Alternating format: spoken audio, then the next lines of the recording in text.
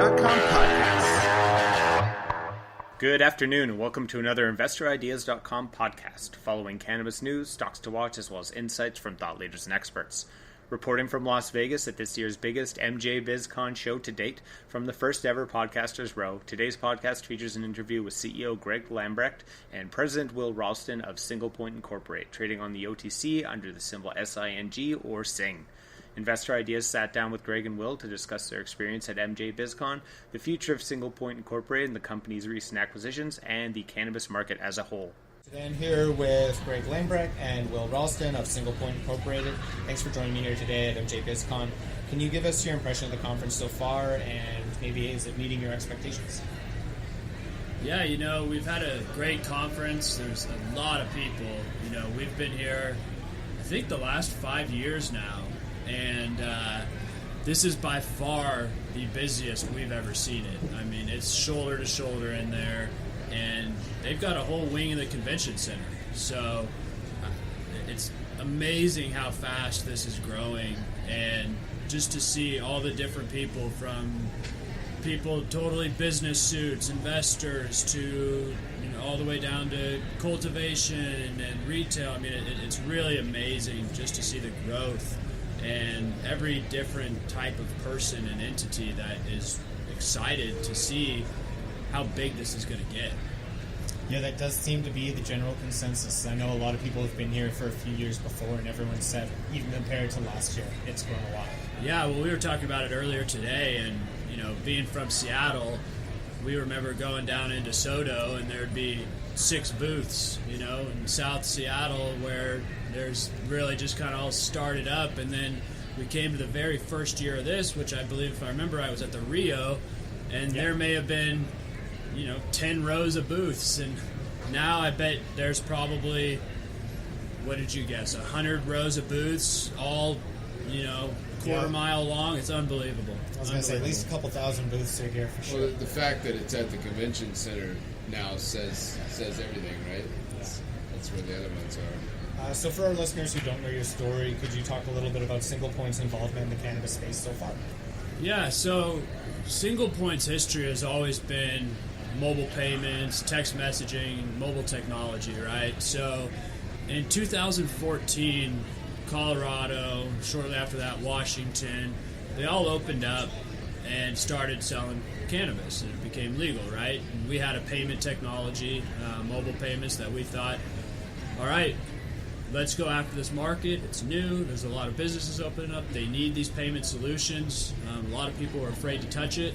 And so we jumped in and we started doing that. We were rolling, had a lot of accounts, acquired a company called Green Star Payment Solutions, started another company called Single Seed that we eventually rolled Green Star Payments into.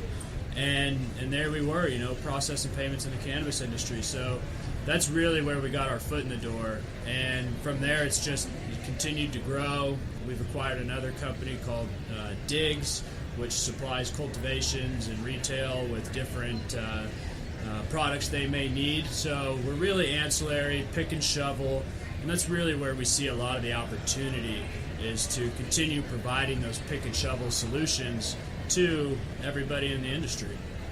How many hurdles did you guys face coming into this industry initially, and how much have things changed over the years since you've been involved? I mean, I think some of the initial hurdles we faced is a lot of people at the start of the industry, which was really Colorado and Washington. The industry knowledge was from people that have been in this industry, maybe even illegal, right? Growing in Humboldt County and all that. So we came in not really knowing the industry that well. So we really had to educate ourselves about all the different aspects of, how dispensaries run, how cultivators run, how manufacturers do this, CBD, everything. So, we were at a little disadvantage there. But I think on the business side, we had an advantage where we were used to raising money. We knew, maybe a little bit more about managing a business, doing taxes and audits and all that sort of good stuff. So we had a little bit of advantage there. So one of the things that we've been doing is, as a public company, we have the ability to raise money and acquire companies. So that's how we decided to tackle it and leave those people in their positions. They're experts at running their business, and we've been trying to buy companies where they can continue to run them, and we can continue to do what we do well, and that's run a public company. You've both briefly touched on it, but you've recently added on some CBD products and acquisitions to your company. Could you tell us about those products as well as where you see the opportunity specifically in the CBD space? Yeah, so SingleSeed.com is now actually selling all of our CBD-based products, and we're looking to add other CBD brands to that site, and we become, the e-commerce hub and distributing these products. So we see a huge opportunity in that market, and quite honestly, there may be a larger market there right now because there's a lot of people that don't, want to use cannabis just yet, right? So there's a huge opportunity in having this hemp-based CBD market where a lot of people can utilize these products and are seeing great results, and we expect to continue to see that grow. I think, the latest numbers that we saw come out were just tremendous. I mean, it's almost 40% of what the cannabis market did already, and CBD is just kind of catching on. So very excited about that, and being able to not only sell these brands, we're looking at acquisitions in that space that would, open up, for us, the floodgates of distribution and being able to manufacture these products maybe for other brands and get them into our distribution points. Obviously, there's been some pretty big changes in the U.S. with legislation over the last year, especially with this recent election where a few more states opened this sector, and then Jeff Sessions was out. You guys are involved in the mobile payment sector as well as company acquisitions. Do you find that this is going to be more favorable for your company and for the sector? And what are some of the biggest advantages you see in the coming year or so? Yeah, I think, the momentum has been huge. 3 states passing, multiple amendments being made in other states. Who knows what may happen with the new attorney general that could come in, but at the end of the day, the more states that open up, the more pressure there's going to be for a normalized banking solution. And that only plays to our favor because we already do payment processing for other businesses. And, we can provide traditional means of payment solutions like we do to other businesses tomorrow for the cannabis industry as soon as it's easy for them to get a bank. And even now, we have the ability, for those that do have a bank, we have high-risk solutions that we can place them in totally clear and legally through some of our partners. So, again, with this momentum, we think that more businesses, more cash flow, more money that needs a home and needs a safe place to be, it'll put pressure on some of the legislators to say, okay, it's time to come up with a banking solution and make it available. Yeah, absolutely. And going into somewhat that same thought, obviously CBD has become a very hot topic in the cannabis industry. And a big thing that's being discussed right now is the upcoming Farm Bill, which has already been pushed back several times. People still don't know when that's going to come out and also what to expect from that. But do you think that if that goes the way people are expecting it to, that there will be rescheduling of CBD specifically, and that will open up some banking opportunities for you guys to get involved in, or other companies as well for the cannabis space?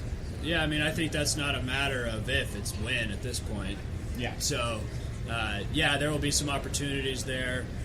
Payment processing and banking will become a lot easier for anybody dealing in hemp-based CBD or hemp-based products, right? So I think that will continue to add to that market value with the Farm Bill passing when it does.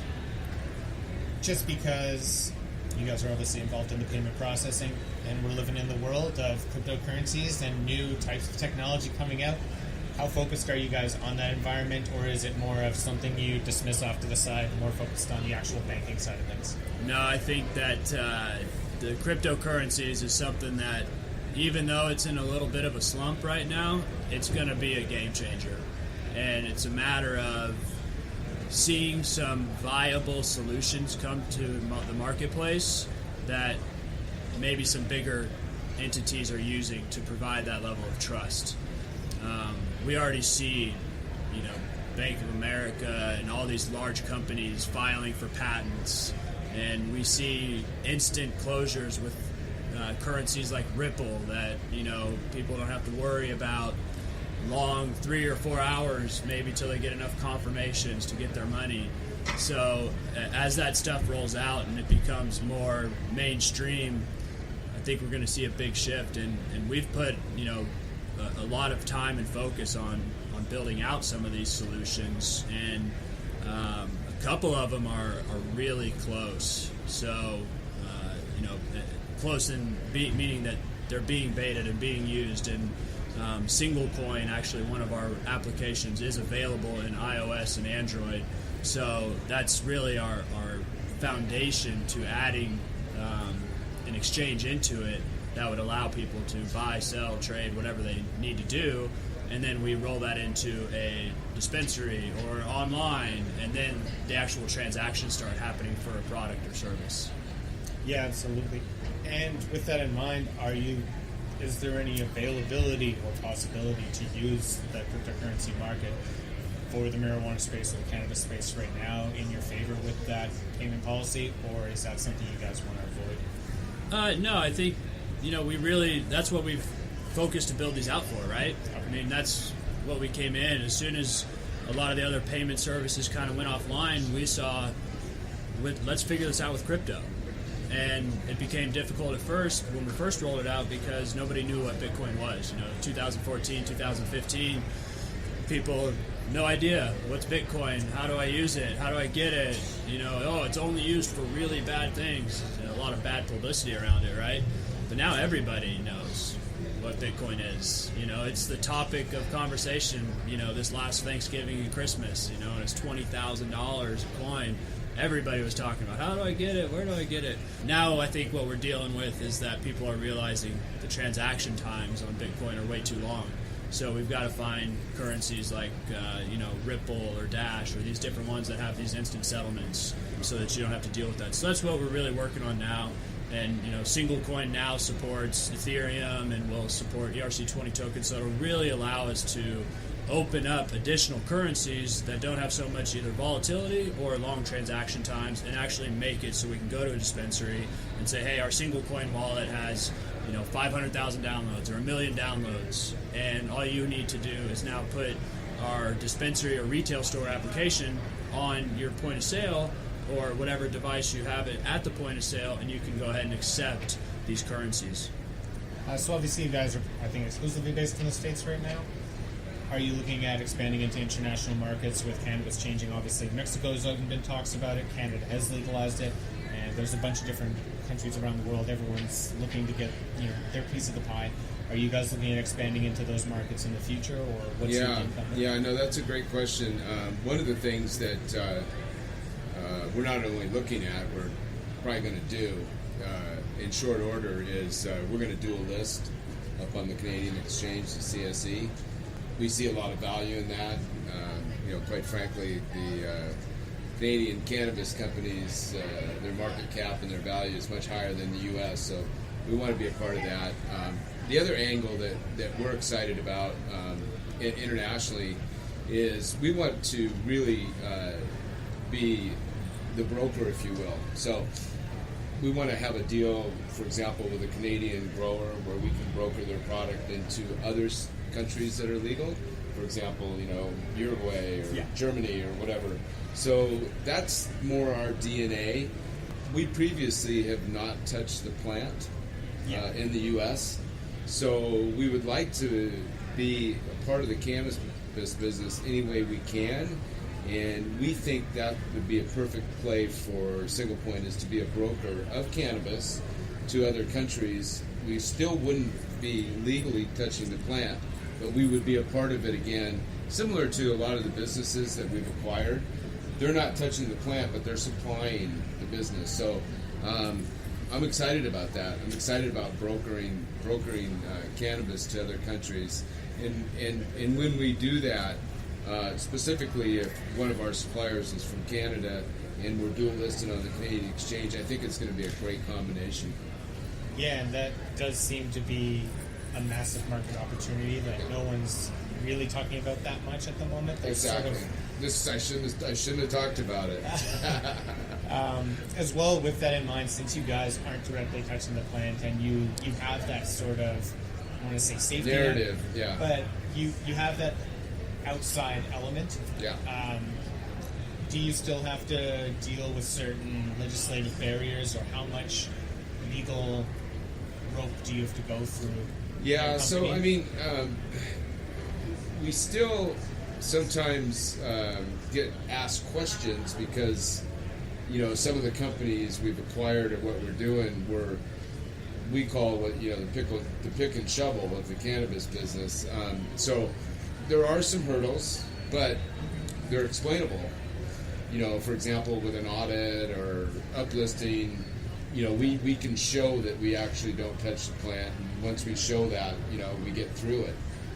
But the exact reason we don't touch the plant are mainly around rules and regulations.